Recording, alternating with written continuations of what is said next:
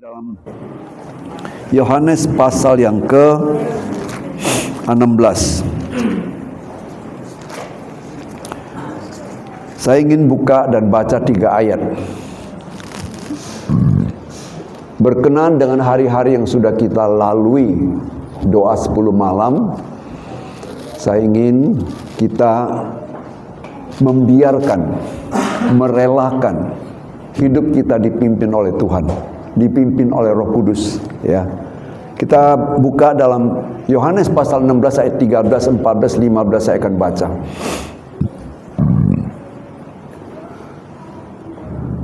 Saya undang Bapak Ibu berdiri, ya. Sama-sama kita baca. 1, 2, 3. Tetapi apabila ia datang, yaitu Roh kebenaran, ia akan memimpin kamu ke dalam seluruh kebenaran. Sebab ia tidak akan berkata-kata dari dirinya sendiri, tetapi segala sesuatu yang didengarnya, itulah yang akan dikatakannya, dan ia akan memberitakan kepadamu hal-hal yang akan datang. Ia akan memuliakan aku, sebab ia akan memberitakan kepadamu apa yang diterimanya daripadaku. Segala sesuatu yang ada pada Bapa punya adalah aku punya. Sebab itu aku berkata, ia akan memberitakan kepadamu apa yang diterimanya daripadaku. Kita tundukkan kepala. Terima kasih Bapa di surga. Kami bersyukur dan berterima kasih buat pagi yang indah ini. Kami telah mendengarkan firman-Mu. Kami rindu firman-Mu menjadi rema, menuntun, memimpin perjalanan hidup kami. Terima kasih Bapa. Berkati dan urapi hamba-Mu oleh berkat-Mu, oleh urapan-Mu, memampukan hamba-Mu menjelaskan dengan lebih gamblang lagi. Terima kasih Bapa. Dalam nama Tuhan Yesus kami berdoa dan ucapkan syukur. Amin. Silakan duduk. Nah, Bapak Ibu, pagi hari ini saya akan menguraikan kebenaran firman Tuhan ini dengan di bawah tema. Nanti Bapak Ibu yang putuskan, tapi saya tulis tema biar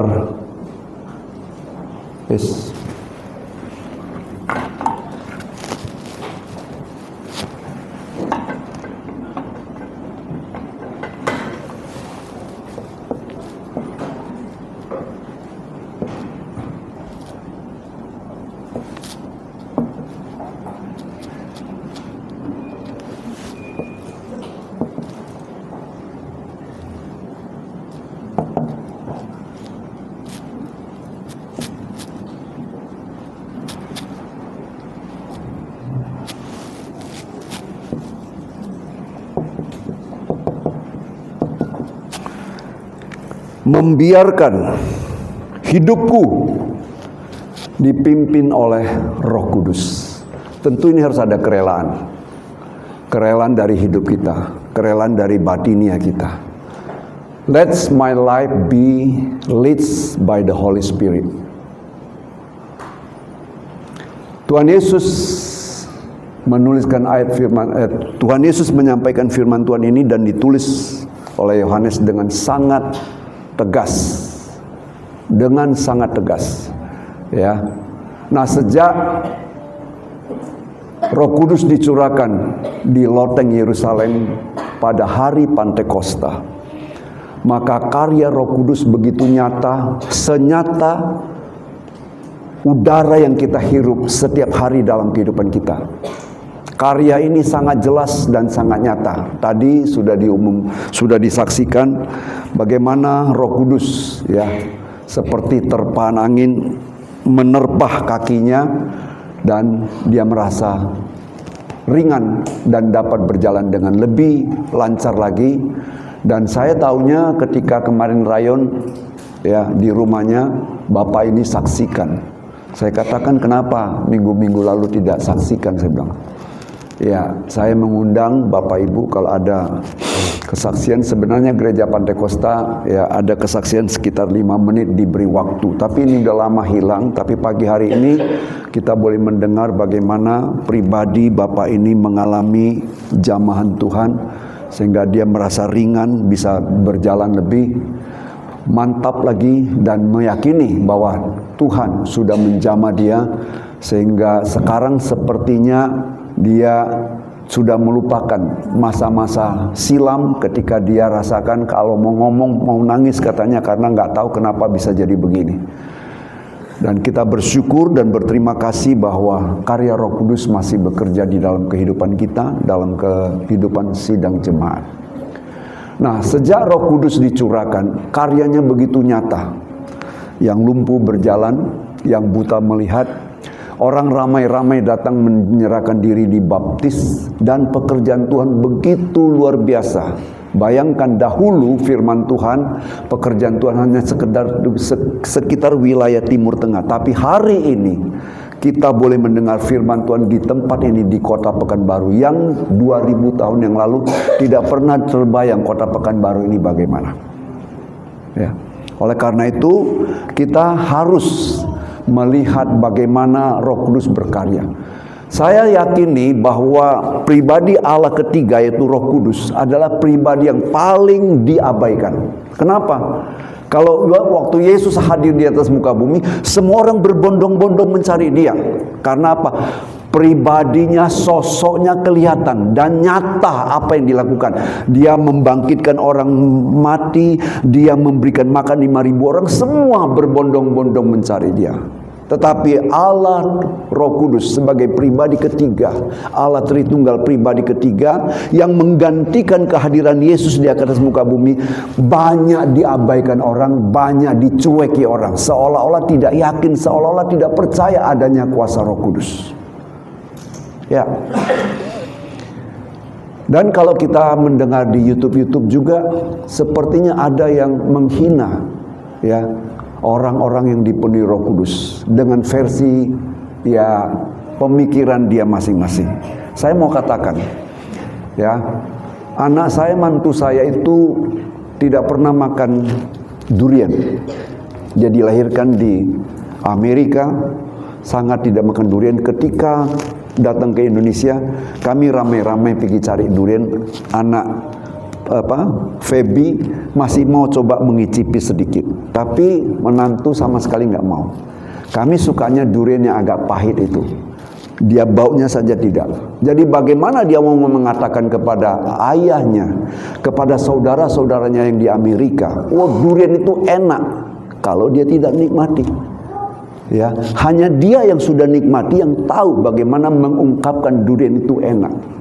Orang yang telah dipenuhi Roh Kudus baru bisa menjelaskan dan mengungkapkan bagaimana Roh Kudus itu.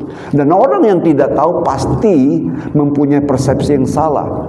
Oleh sebab itu saya tidak pernah mau berkomentar apapun, karena saya yakin bahwa Roh Kudus itu ada.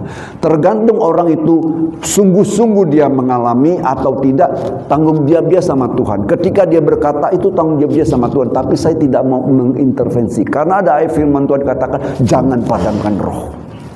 Jangan padamkan roh. Ya. Tapi ingat, Roh Kudus itu tertib. Kalau ada seseorang yang dipenuhi Roh Kudus, kalau tidak bisa ditertibkan, itu tanda tanya. Nah, oleh karena itu pagi hari ini kita mau melihat karya Roh Kudus, dan saya mau membandingkan dari zaman dulu sampai sekarang. Tema hari ini adalah membiarkan hidupku dipimpin, dituntun oleh Roh Kudus. Waktu saya pergi sama istri ke Cina mengadakan wisata, kami wisata tidak dengan perusahaan tur atau travel, tidak. Kami otonom sendiri.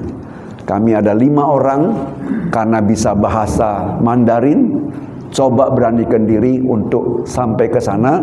Dan sampai di kota itu kami kedatangi tempat-tempat tur, city tour. Ya, kami tanya kalau pakai city tour berapa. Wah, dia tahu kita orang luar kota, mahal. Kita pikir mahal kali. Dan tapi waktu kami masuk, ada juga peta-peta yang diberikan sama kami. Kami coba lihat peta itu. Ya, kami coba lihat peta itu. Nah, nanti saya akan gambarkan bagaimana kalau kita tur dengan peta, kita melihat dan kita berjalan sendiri, dan bagaimana kalau ada seorang pemandu. Itu bedanya. Oleh sebab itu, mari saya ingin menjelaskan kepada Bapak Ibu dengan melihat bagaimana perjalanan seseorang dituntun dan dipimpin Roh Kudus Ya, saya ingin membaca di dalam Kejadian pasal 24. Bapak Ibu pasti semua sudah tahu Kejadian pasal 24 temanya itu ya berjudul begini. Ribkah dipinang oleh Ishak. Ya. Dalam keluarga Bapak Abraham menggambarkan Allah Bapa, anaknya Ishak menggambarkan Yesus. Dan ada seorang hamba yang bekerja cukup lama. Dialah hamba yang berada di rumah Bapak Abraham, hamba yang paling senior, paling tua. Memang kita tahu bahwa hamba ini namanya Eliezer. Tapi di dalam kitab Kejadian pasal 24, ketika peristiwa Ribka dipinang, tidak disebutkan nama hamba ini. Tidak disebutkan, ya. Nah, saya ingin baca ayat yang ke-20 pasal 24 ayat pertama. Adapun Abraham telah tua dan lanjut umurnya, serta diberkati Tuhan dalam segala hal. Berkatalah Abraham kepada hambanya yang paling tua dalam rumahnya, yang menjadi kuasa atas segala kepunyaannya, katanya, baiklah letakkan tanganmu di bawah pangkal pahaku. Saya lompat. Ya. Ayat 4, tetapi engkau harus pergi ke negeriku dan kepada sanak saudaraku untuk mengambil seorang istri bagi Ishak anakku. Abraham ingin mendapatkan menantu, dan dia tidak mau menantunya itu dari orang yang berada di mana dia sekarang berada. Dia mau supaya kembali ke kampung leluhur dia untuk mencari orang yang mau dijodohkan untuk anaknya. Jadi Ribka ini gambaran daripada jemaat, orang percaya, ya, kita semua. Saya minta yang pegang HP supaya tutup. Apa artinya Anda datang ke gereja kalau Anda lihat HP tidak dengar firman? Ya, saya mau supaya Anda datang ke gereja itu pulang bermanfaat. Tapi kalau datang nggak dengar firman, nanti pulang firman Tuhannya apa? Ada Yohanes, ada Wahyu, ya Yahyu lah. Mana ada kitab Yahyu? Betul? Jadi konsentrasi sepenuhnya, ya, untuk dengarkan firman Tuhan supaya kekristenan kita betul-betul mantap. Kenapa? Hari-hari ini hari sulit. Hari-hari ini penuh dengan kesulitan. Saya dengar kabar lagi, bukan hanya karena kemarin kehilangan motor. Ada lagi saya dengar di Harapan Raya, tengah malam digedor pintunya. Begitu buka seperti ada pocong. Begitu buka hilang kepala, langsung disabet sama celurit. Langsung masuk ke dalam penjara. Saya tadi pagi datang, koordinator ibadah pagi sudah ingatkan kepada Martin, kalau ada yang gedor pintu jangan segera buka. Mana tahu kalau dimatikan listriknya, nanti mau buka pintu, mau hidupkan listrik, ternyata sudah ada orang yang nunggu di luar. Jadi kita hati-hati, hari-hari ini hari sulit. Ya, ekonomi sulit, semua sulit. Kita harus lebih berharap dan mengandalkan Kristus Yesus dan Roh Kudus untuk membimbing kita. Oleh sebab itu kalau Bapak Ibu datang ke gereja, bersungguh-sungguh hati. Sudah buang waktu 2 jam. Tapi kalau tidak bersungguh-sungguh, yang rugi Bapak Ibu sendiri. Saya paling bisa ngomong, kalau tidak didengar enggak, bagi saya enggak masalah, saya lanjut saja. Saya lanjut saja. Tapi saya mau rindu supaya Bapak Ibu benar-benar dengarkan firman Tuhan, ya. Gitu. Itu. Nah, firman Tuhan katakan Abraham mengharuskan hambanya untuk pergi ke kampung halaman untuk mencarikan anak yang dijodohkan nanti dengan anaknya, mencarikan menantu untuk dijodohkan anak. Masih ingat Bapak Ibu, dalam Yohanes pasal yang keempat ayat 4 di sana dikatakan dia harus melintasi, dia harus pergi ke Samaria dan wajib melintasi apa? Galilea. Ayatnya coba kita baca ya. Dalam Yohanes pasal yang keempat, saya baca, demikian bunyinya.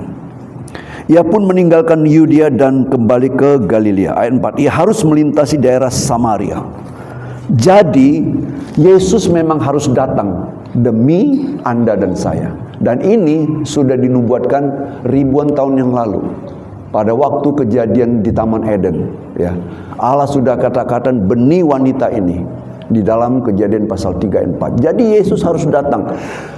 Hamba Eliezer itu juga harus pergi ke sana, tidak ada pilihan. Jadi kita bersyukur sebenarnya kasih Tuhan yang membawa kita menjadi satu keharusan bagi Allah untuk datang ke atas muka bumi, untuk menyelamatkan Bapak, Ibu dan saya, ya. Nah, setelah berpesan demikian, saya mau baca lagi, langsung loncat ke ayat 34. Ya, ayat 33. Tetapi ketika dihidangkan makanan di depannya, berkatalah orang itu, aku tidak akan makan sebelum kusampaikan pesan yang dikubawa itu. Jawab Laban, silakan. Ini kata hamba Abram. Lalu berkatalah ia, aku ini hamba Abram. Tidak disebutkan namanya. Tadi kita baca bahwa dia tidak akan dia tidak akan menyatakan siapa diri dia, tapi apa yang dia sampaikan selalu apa yang dia dengar, apa yang dipesankan sama dia. Dia tidak pernah mengangkat diri dia. Dia tidak pernah memperkenalkan, meninggikan diri dia. Itu ciri-ciri daripada Roh Kudus, ya. Jadi kalau ada kita mendengar orang yang berkata Roh Kudus dengan ucapan Roh Kudus dan kita lihat bahwa dia meninggikan dirinya, tidak meninggikan Yesus dan tidak menyampaikan firman, itu kita harus tanda tanya, ya. Firman Tuhan katakan, lalu berkatalah ia, aku ini hamba Abram. Tuhan sangat memberkati tuanku, betapa dia mengagungkan tuannya, sehingga ia telah menjadi kaya. Tuhan telah memberikan kepadanya kambing, domba dan lembu sapi, emas dan perak, budak laki-laki dan perempuan, unta dan keledai. Dan Sarah istri tuanku itu sesudah tua telah melahirkan anak laki-laki bagi tuanku itu. Kepada anaknya itu telah diberikan ke tuanku segala harta miliknya. Tuanku telah mengambil sumpahku, engkau tidak akan mengambil untuk anakku seorang istri di antara perempuan Kanaan yang negerinya kudiamini.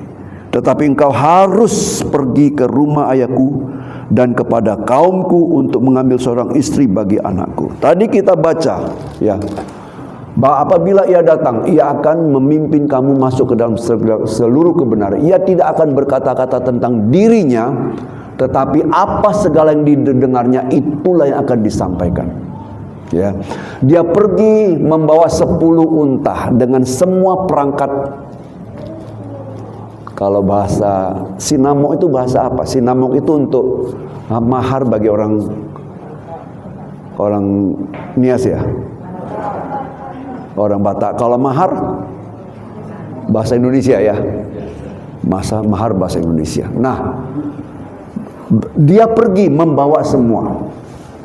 Firman Tuhan katakan dia akan menyampaikan apa yang diterima daripadaku. Jadi Roh Kudus itu pernah saya katakan Roh Kudus itu seperti apa? Sebagai seorang penjaga gudang, ya. Gudang persediaan Allah, dia yang jaga, dia yang kelola. Kalau ada toko yang mau mengambil barang harus melalui dia, karena itu yang dipesankan kepada dia. Mungkin Bapak Ibu tidak rasakan kalau kadang-kadang kita sakit, ya, ada orang yang mungkin sakit ginjal dan lain sebagainya, ya. Kita berdoa dan ada yang mengalami kesembuhan luar biasa. Mungkin kita tidak sadar bahwa siapa tahu di dalam ginjal kita yang tadinya rusak, yang menurut dokter ini sudah tidak bisa, tapi bisa sembuh oleh karena zaman dan pertolongan Tuhan ketika didoakan. Siapa tahu itu adalah ginjal baru yang Tuhan berikan kepada kita, yang dikaryakan oleh Roh Kudus di gudang komponen-komponen, ya, yang ada di perbendaharaan Tuhan, ya.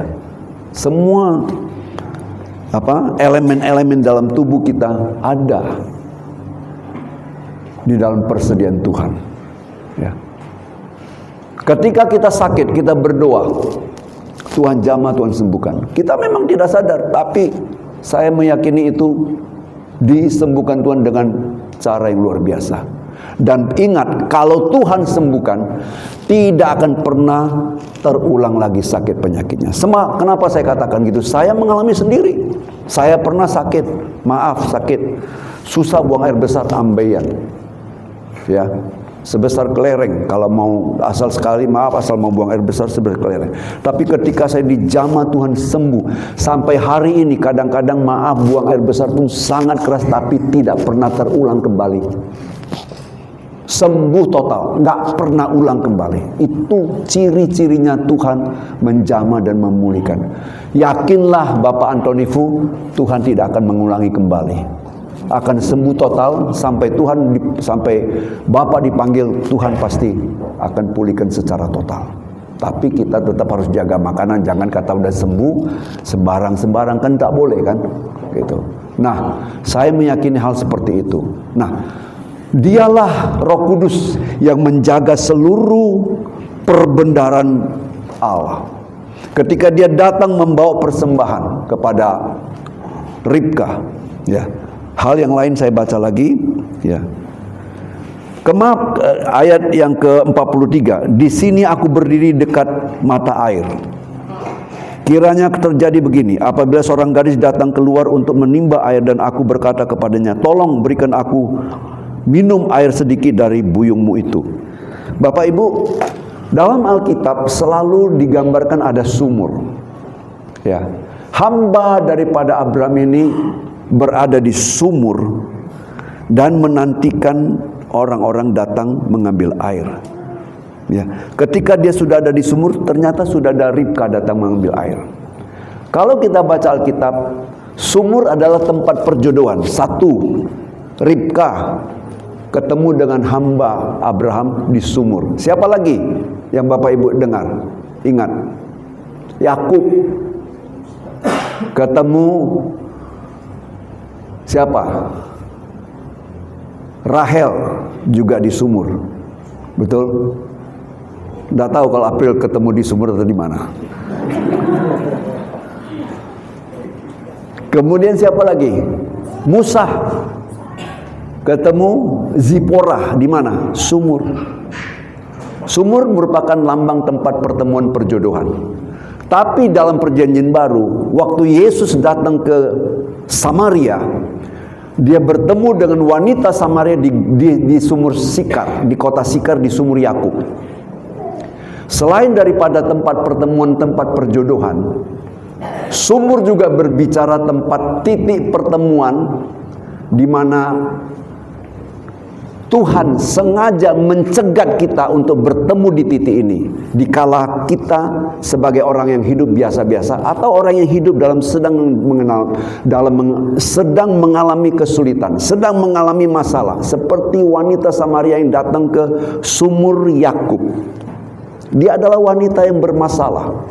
Kenapa? Karena dia datang pada jam 12 siang. Dia tidak mau penampilan dirinya diketahui oleh orang lain. Dan Yesus jam 12 siang itu sudah ada di sana. Dia bertemu dengan wanita ini. Wanita yang bermasalah. Tuhan memang mencegat dia di sana supaya dapat berdialog. Kalau kamu ambil air di sini, kamu akan selama-lamanya haus, akan datang mengambil air. Tapi kalau kamu mau terima air yang kuberikan, maka kamu akan tidak perlu lagi datang mengambil sini dan kamu tidak akan haus untuk selama-lamanya. Jadi sumur melambangkan titik pertemuan di mana kita bertemu dengan Tuhan dan Tuhan sengaja datang dalam pertemuan itu. Mungkin Bapak Ibu mengalami berbagai kesulitan. Ada orang yang mengalami kesulitan, dia lari ke dukun, lari kemana-mana. Tapi kalau kita mau datang, ya, ke sumber air kehidupan, bukankah Yesus katakan, barang siapa haus datang kepadaku, maka dari dalamnya akan mengalir aliran air hidup. Dalam Yohanes pasal 7:39. Jadi sumur adalah tempat pertemuan kita dengan Tuhan. Memang Tuhan sengaja untuk bertemu dengan kita di titik-titik seperti itu. Di titik kita mengenal masalah, di titik kita menghadapi banyak hal, Tuhan mau bertemu dengan kita. Ya, gereja juga tempat Tuhan mau bertemu dengan. Mungkin Anda datang dengan linangan air mata, tidak ada satu pun yang tahu. Tapi ketika Anda mau siapkan hatimu untuk berdialog dengan Tuhan, ketika Anda mau dengar firman Tuhan, ya, maka Anda membiarkan hidupmu untuk Tuhan mulai berdialog denganmu. Ya, itu titik pertemuan. Saya baca lebih lanjut ayat yang ke 47. Sesudah itu katanya kepadanya, anak siapakah engkau? Jawabnya, ayahku Bituel anak Nahor yang dilahirkan Milka. Lalu aku mengenakan anting-anting pada hidungnya dan gelang pada tangannya. Saya membaca ini agak terkesima saya. Biasa anting-anting taruh di mana Bapak Ibu? Halo? Di telinga kan? Tapi ini anting-anting di hidung. Ada sini yang mau taruh anting-anting di hidung? Nggak mau kan? Tapi kenapa itu anting-anting di hidung? Zaman dulu kalau anting-anting ditaruh di hidung, itu tandanya wanita itu sudah diikat dalam ikatan pertunangan. Dia tidak bebas lagi. Dia harus nikah dengan orang yang memberikan itu. Ya. Kalau anting-anting di telinga, ya, tahu sejarahnya? Sejarahnya itu adalah zaman dahulu budak itu dibeli. Ya, budak itu dibeli dengan harga. Setelah dibeli dia wajib bekerja di tuannya 7 tahun. Setelah 7 tahun kalau dia merasa bahwa tinggal di tuannya nyaman, aku nggak usah keluar lagi lah, nggak usah repot-repot cari kerja, ya kan? Aku mau tetap tinggal selamanya di tuannya, rumah tuannya. Maka tuannya akan pakai seperti barang yang tajam gitu, ditaruh di pinggir pintu begini, pinggir pintu. Kemudian pintu itu ditutup, tutup jadi keluar lubang. Setelah ada lubang, diberi anting-anting. Itu tandanya seumur hidup engkau menjadi budak. Sekarang bangganya minta ampun kalau pakai anting-anting. Padahal zaman dulu itu adalah budak. Tapi pengertiannya kita adalah budak Tuhan. Artinya kita adalah orang yang taat kepada Tuhan. Ya. Jadi yang punya anting-anting itu taat kepada Tuhan. Harusnya. Amin. Harusnya begitu. Nah, jadi ketika dia sudah dikasih anting-anting, dia seumur hidup tidak keluar lagi dari rumah tuannya. Ya, jangan-jangan besok-besok ada yang nggak mau pakai anting-anting. Tapi nggak apa-apa, karena ini tanda ketaatan. Nah, saya berpikir kenapa tidak di sini? Gitu. Kenapa di sini? Bapak Ibu, ketika kita sudah dipertunangkan dengan Tuhan Yesus, seorang wanita yang sudah dipertunangkan, kan ini tanda tunangan yang sudah sah, ya kan? Ketika kita sudah ditunangkan, kita sudah tidak boleh lagi mencari yang lain. Kita sudah terikat dengan ikatan kekal, dan kita mulai menata hidup kita sesuai dengan apa yang disyaratkan. Jadi kalau zaman dulu, dalam budaya zaman dulu, kalau ada seorang wanita yang sudah dipasang gelang di hidungnya, itu tandanya dia sudah diikat. Tidak boleh lagi mencari kanan kiri. Nah, ketika Anda dan saya sudah diberikan ikatan tunangan kita, ikatan pernikahan kita, di mana darah Yesus sudah dicurahkan untuk membawa Anda, mengikat Anda untuk menjadi anak Tuhan, Anda sebenarnya sudah tidak bebas untuk hidup. Anda mau hidup harus dipimpin oleh Roh, dituntun oleh Roh. Makanya firman Tuhan katakan dalam Roma pasal 8 ayat 14. Coba kita baca Roma 8 ayat 14. Firman Tuhan katakan gini, semua orang yang dipimpin Roh Allah adalah anak-anak Allah. Itu dia. Jadi Bapak Ibu, kita ini sebenarnya sudah ditunangkan dengan Yesus. Kita sudah diikat dalam pertunangan itu, dan kita tidak bebas lagi, tidak bisa lagi kata aku semaukulah, kesesuka hatiku lah. Yang ada adalah suka-sukamu Tuhan. Kok udah lama gak nyanyi lagu suka-sukamu Tuhan? Ya. Apalagi? Ya. Nah, ketika hamba Abraham ini sudah selesai memberikan semua upeti dan semua sudah selesai. Tiba saatnya dia mau pulang. Ketika tibanya saatnya dia pulang, tentu dia tanya. Tapi sebelum itu saya mau tanya dulu. Seandainya hamba Abraham ini mengeluarkan perbendaharaan yang dia bawa dari rumah tuanya, anting-anting, gelang dan lain sebagainya, baju dan lain sebagainya. Seandainya dia kasih kepada Ribka tidak mau terima. Apa konsekuensinya? Coba Bapak Ibu jawab sebentar. Pikir dulu, apa konsekuensinya?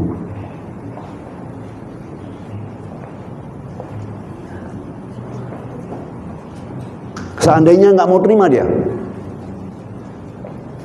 Saya mau katakan, kalau dia tidak mau terima, selama-lamanya dia tidak akan pernah menjadi mempelai. Betul? Dia tidak akan menjadi mempelai. Dia tidak akan menjadi pengantin perempuan. Dia tidak mau. Halo Bapak Ibu, kalau Bapak Ibu menolak suara hatimu, Tuhan panggil, Anda menolak.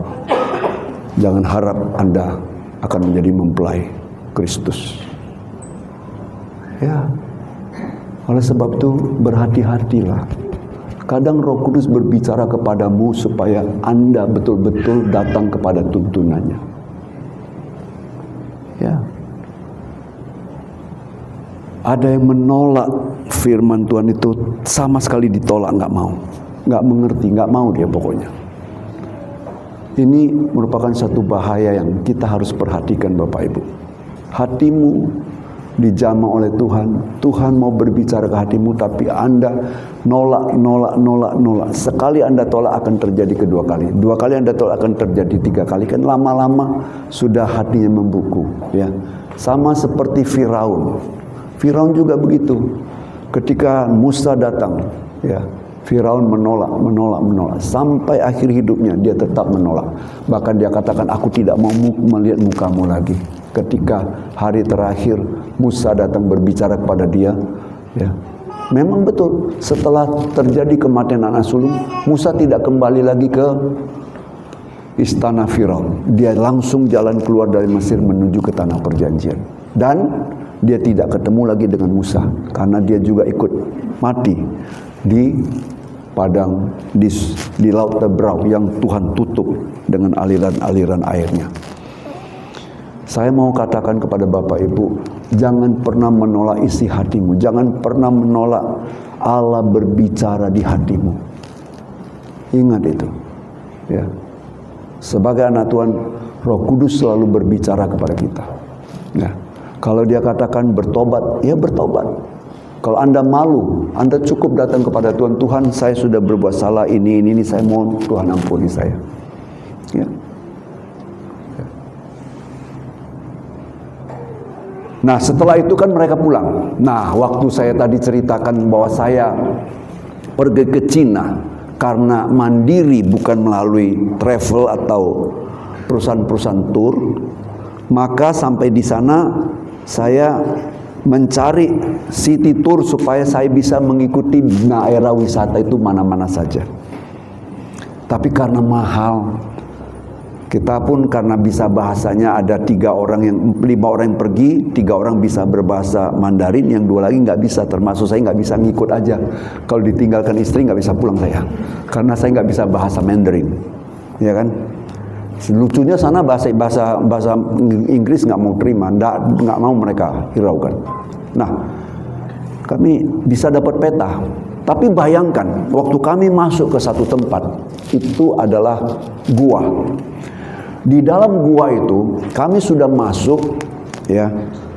Dan saya sudah hitung anak tangga yang kami naik itu sudah 285 anak tangga. Dari naik turun, nanti di dalam gua itu ada lagi sungainya. Jadi naik kapal dari sini nanti ke mana. Padahal kalau kita lihat dari luar itu adalah bukit, tapi di dalamnya juga ada sungai. Daerah wisata itu.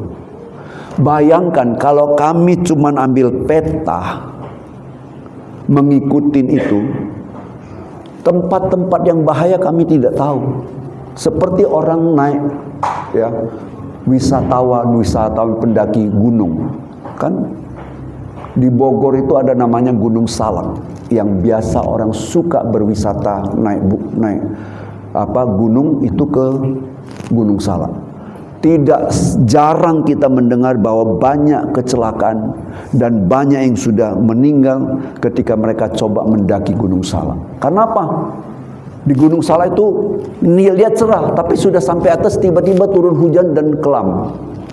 Jalan sudah tertutup. Dan juga tidak tahu mana jejak-jejak tapak yang bahaya, nggak tahu.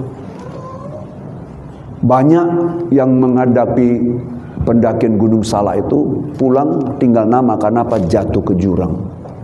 Itu kalau kita coba ambil peta, belajar mendaki gunung sendiri. Dan juga bagaimana ini Gunung Salak nggak begitu tinggi loh, cuma 2000 meter lebih. Bagaimana dengan penggunungan Himalaya yang orang coba mendakinya tanpa ada pemandu, tapi hanya membawa peta saja. Bapak Ibu, kita butuh pemandu hidup kita. Ketika kami pergi ke Cina itu, kami tanpa pemandu, kami kesasar. Akhirnya hari-hari berikutnya kami rela membayar uang untuk pemandu. Satu hari berapa? Satu hari sekian kita bayar. Patungan kita bayar supaya dia bawa kami. Ketika kami jalan ke Taman Nasional, hutannya begitu besar.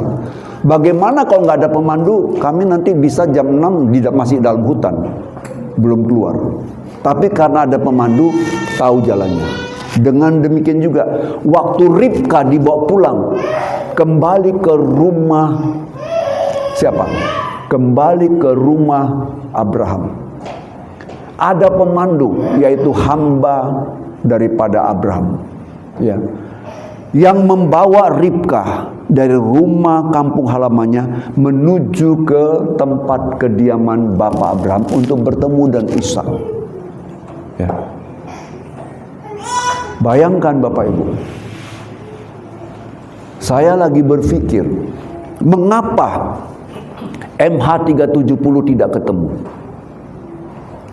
Bisa jadi satu, mungkin alat radar itu rusak sehingga dia tidak tahu. Jalan terus nggak tahu ini tujuannya kemana. Karena di langit kan begitu luas, malam lagi, nggak tahu arah ke utara, selatan toh rusak. Atau bisa jadi memang pilotnya sengaja nggak mau pakai itu karena rencana membunuh diri. Dan sampai sekarang nggak ketemu. Sampai sekarang nggak ketemu. Bisa jadi itu mungkin tercebur ke Lautan Pasifik. Kalau nggak ada alat navigator, bagaimana? Ya. Itu sebabnya kita membutuhkan pemandu. Makanya zaman dulu pemandu itu, hamba Abraham itu ada di luar tubuh daripada Ribka. Tapi sekarang Yesus katakan, aku akan mengirimkan kepada kamu roh penolong untuk menyertai engkau selama-lamanya dan tinggal di dalam engkau. Roh itu tinggal dalam kita untuk memandu kita. Bagaimana kalau nggak ada pemandu? Apakah perjalanan hidup kita akan sampai pada akhirnya?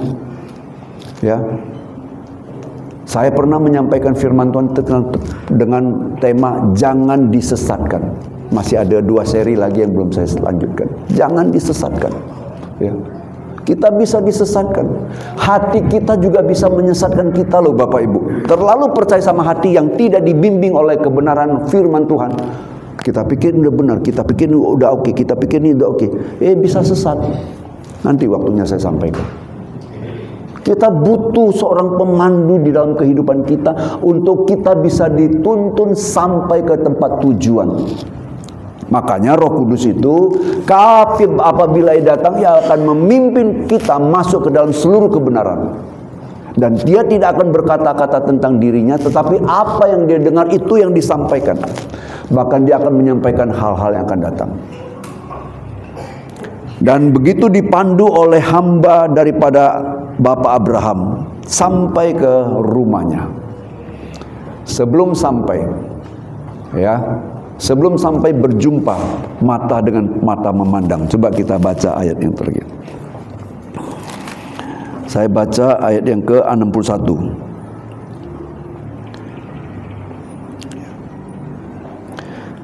Lalu berkemaslah Ribka beserta hamba-hamba perempuan, dan mereka naik unta mengikuti orang itu. Demikianlah hamba itu membawa Ribka lalu berjalan pulang. Ayat 62, adapun Ishak telah datang dari sumur Lahroi, ia tinggal di tanah Negeb. Menjelang senja, Ishak sedang keluar untuk berjalan-jalan di padang. Ia melayangkan pandangnya, maka dilihatnya ada seunta-unta datang. Ribka juga melayangkan pandangannya, dan ketika dilihatnya Ishak, turunlah ia dari untanya. Katanya kepada hamba itu, siapakah laki-laki yang berjalan menuju ke siapakah laki-laki itu yang berjalan ke padang ke arah kita? Jawab hamba itu, dialah tuanku itu. Lalu Ribka mengambil telekung dan bertelekunglah ia. Dalam perjalanan kita, semakin hari mengikuti Yesus, mengikuti tuntunan Roh Kudus, semakin hari kita dituntut semakin apa? Semakin kudus. Ya. Bapak Ibu kan sudah tahu pada waktu acara pemberkatan nikah, yang wanita datang pakai telekung enggak? Pakai cadar atau selayar. Ya. Tapi ada adat-adat tertentu yang tidak pakai selayar. Padahal waktu kita pemberkatan itu harusnya pakai selayar. Artinya apa? Ini menggambarkan masih dalam kekudusan. Nah, Ribka pakai telekung menggambarkan menjaga hidup kekudusan sebelum nanti dalam pertemuan kekal kita dengan Tuhan. Jadi ketika kita dituntun oleh Roh Kudus, kita dibawa dalam kekudusan untuk sehari demi sehari berjalan, mengubah hidup kita, mengubah pola hidup kita, mengubah karakter kita menuju pada kekudusan untuk nanti dipertemukan dengan mempelai laki-laki. Dia pakai telekung. Ya waktu kita baru kenal Tuhan, ya nggak seketika langsung bisa berubah. Udah dibaptis, nggak seketika langsung berubah. Saya juga seperti itu. Bukan saya mau mengatakan, wah saya paling benar, saya paling kudus. Tidak, itu jatuh bangun dalam kesalahan. Tetapi semakin hari semakin kita ikut Tuhan, semakin kita sadar bahwa kekudusan itu adalah hal yang tidak boleh diabaikan dalam kehidupan kita. Karena kita mau dipertunangkan dengan Tuhan dalam kehidupan kita nantinya. Dalam pernikahan kudus, kita harus bertelekung, kita harus menjaga kekudusan, menjaga hidup benar di hadapan Tuhan, kudus di hadapan Tuhan. Terus terakhir, kemudian hamba itu, ayat 65, katanya kepada hamba itu, siapakah laki-laki itu yang berjalan di padang ke arah kita? Jawab hamba itu, dialah tuanku itu. Lalu Ribka mengambil telekungnya dan bertelekunglah ia. Kemudian hamba itu menceritakan kepada Ishak segala yang dilakukannya. Lalu Ishak membawa Ribka ke dalam kemah Sarah ibunya dan mengambil dia menjadi istrinya. Ishak mencintai dia, demikian ia dihiburkan setelah ibunya meninggal. Nah, setelah ketemu dengan Ishak, ini kan calon pengantin, setelah ketemu dengan Ishak, telekungnya tadi sudah dibuka. Mata memandang mata. Bapak Ibu, kalau kita dituntun oleh Tuhan, Roh Tuhan, menjaga hidup dalam kekudusan, dan ketika nanti kita bertemu dengan Tuhan, coba buka dulu satu ayatnya. Dalam 2 Korintus pasal 3 ayat 18. Kita sama-sama baca. 1, 2, 3.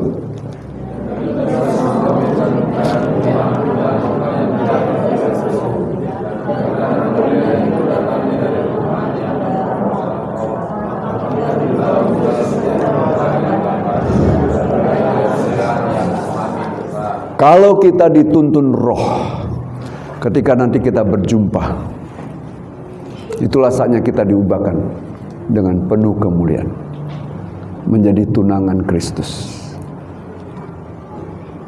Pertanyaan saya, butuh nggak kita dipimpin oleh Kudus? Butuh. Butuh sekali.